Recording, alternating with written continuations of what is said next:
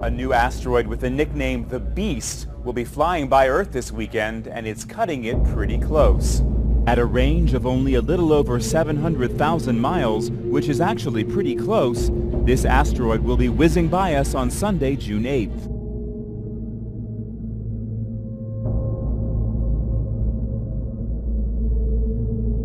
And I beheld another beast coming up out of the earth, and he had 2 horns like a lamb, and he spake as a dragon.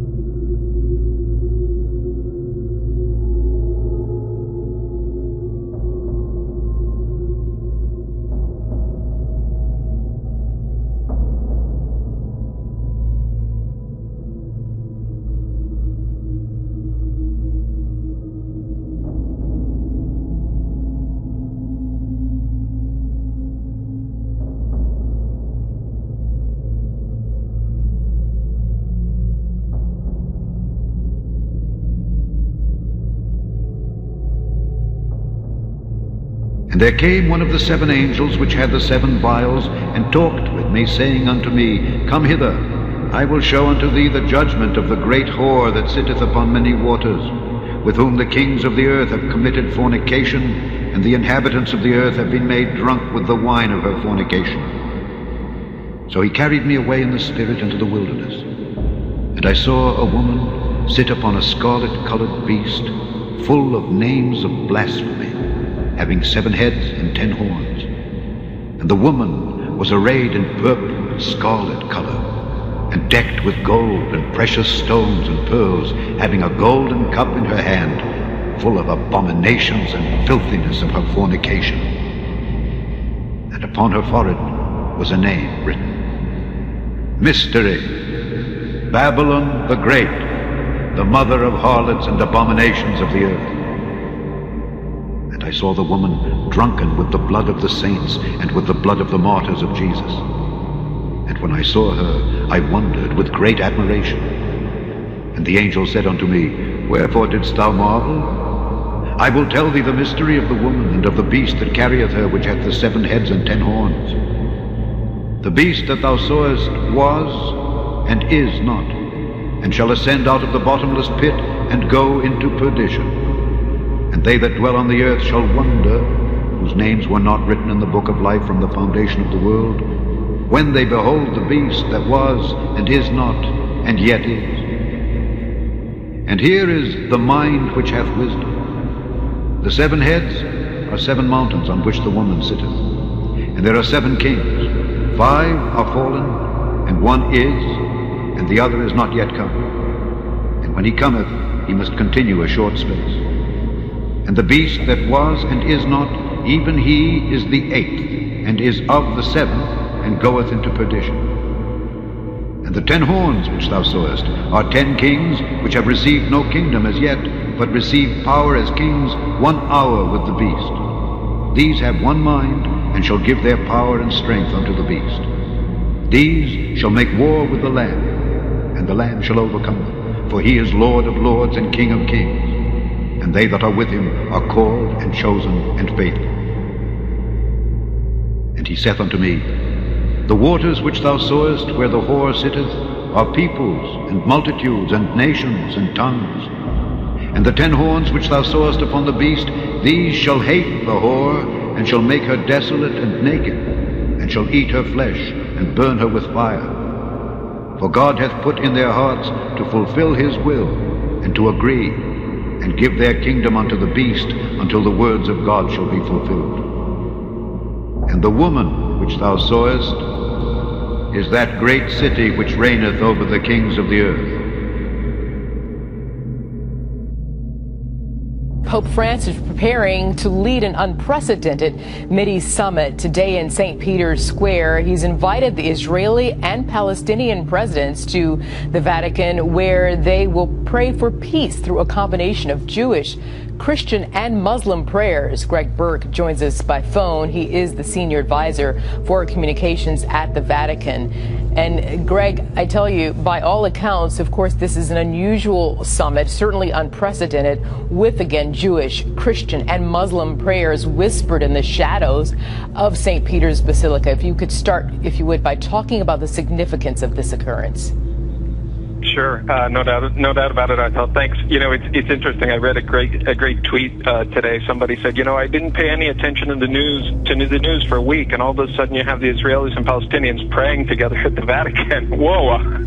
So it is certainly unprecedented. It's a huge move. This is something that Pope Francis wanted to do on his Holy Land trip, and it was just too difficult in terms of pulling it all together in what was a very short trip. But that was just 2 weeks ago. He did manage. He launched the invitation there officially Sunday 2 weeks ago, and 2 weeks later it's happened with a lot of work, certainly on everybody's part. It's very complicated. You know, it's what they're talking about, bringing people together to pray. There's all sorts of concerns on every side that we can't sort of mix religions, pretend like they're all the same. But they are coming together. There will be three different moments, basically in chronological order. First, a Jewish prayers, then Christian, and then the Muslim. Now, what's happened right now is Shimon Peres has just arrived about 5 minutes ago, and he has sat down with the Pope in Santa Marta, the Pope's house.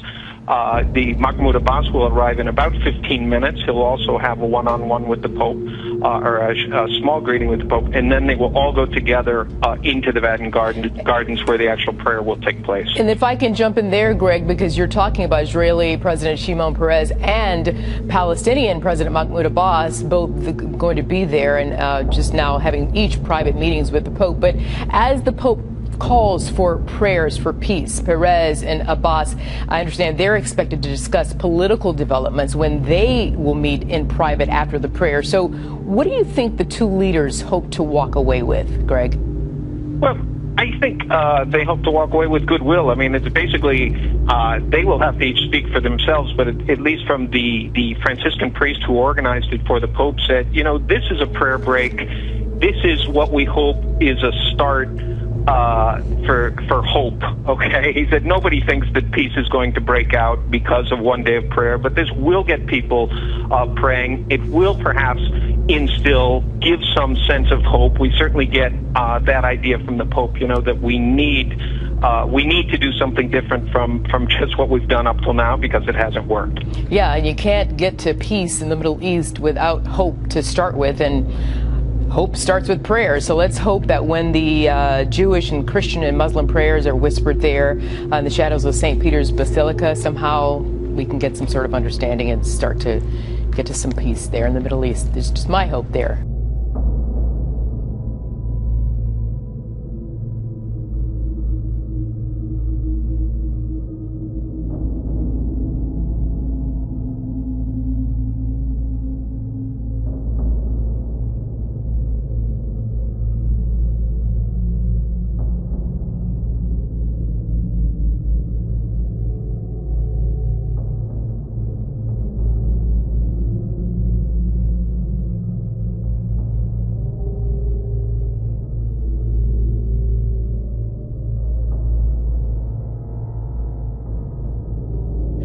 אדוני אדוננו, מה אדיר שמך בכל הארץ, אשר תנה הודך על השמיים. מפי עוללים ויונקים יישאת עוז, למען צורריך. לדוד, אליך אדוני נפשי אשא. אלוהי, בך בטחתי, אל אבושה, אל יאלצו אויבי לי. גם כל קרוביך לא יבושו, יבושו הבוגדים. A reading from the book of of Isaiah. For I am about to create new heavens and a new earth. The former things shall not be remembered or come to mind. But be glad and rejoice forever in what I am creating.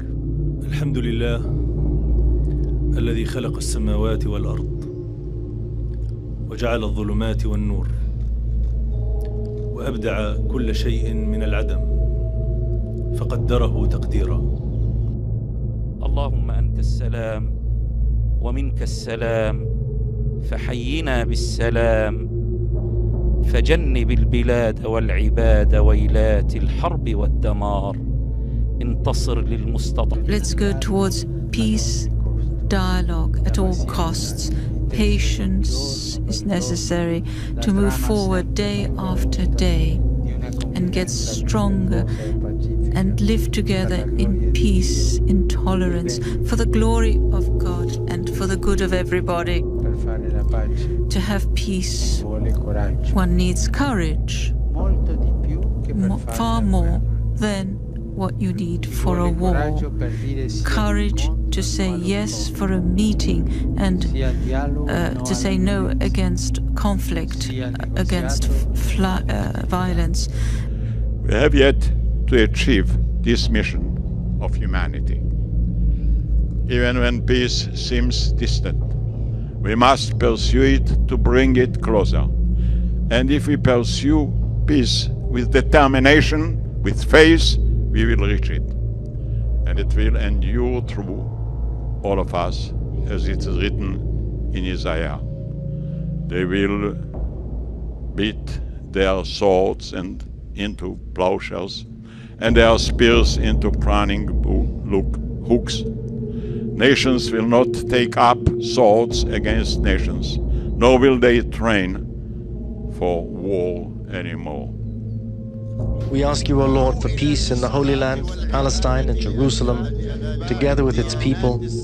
We call on you to make Palestine and Jerusalem in particular a secure land for all believers, a place of prayer and worship for the followers of the three monotheistic religions, Judaism, Christianity and Islam, and for all those who wish to visit it, as is stated in this Holy Quran. Lord, you are the peace, and peace emanates from you. O God of glory and majesty, grant us security and safety, and alleviate the suffering of my people at home and in the diaspora. This was a highly unusual day at the Vatican, where Pope Francis prayed for peace with none other than the Israeli and Palestinian presidents. NBC's Ann Thompson is in Rome tonight with that story for us. Ann? Lester, this prayer service was rich in symbolism that Pope Francis hopes will reignite the peace process. It began with a warm embrace between Israeli President Shimon Peres and Mahmoud Abbas, the president of the Palestinian Authority. Then, with the Pope and the leader of the Orthodox Christian Church, Bartholomew, they went to a carefully choreographed service in the garden where they heard prayers from the Jewish, Muslim, and Christian faiths. Each leader spoke, the Pope saying peace calls for more courage than war. Peres told the group, even when peace seems distant, we must choose to bring it closer. And Abbas prayed for security, safety, and stability in the region. Then they all exchanged a sign of peace. This was broadcast live around the world because the Pope hopes that it is these pictures that will push the people of the Holy Land to ask their leaders to end this conflict. Lester? And Thompson in Rome for us tonight. Thank you. But of the times and the seasons, brethren, ye have no need that I write unto you. For yourselves know perfectly that the day of the Lord so cometh as a thief in the night. For when they shall say peace and safety, then sudden destruction cometh upon them, as travail upon a woman with child, and they shall not escape. But ye, brethren, are not in darkness, that that day should overtake you as a thief. Ye are all the children of light, and the children of the day. We are not of the night, nor of darkness. Therefore, let us not sleep as do others, but let us watch and be sober. For they that sleep, sleep in the night, and they that be drunken are drunken in the night.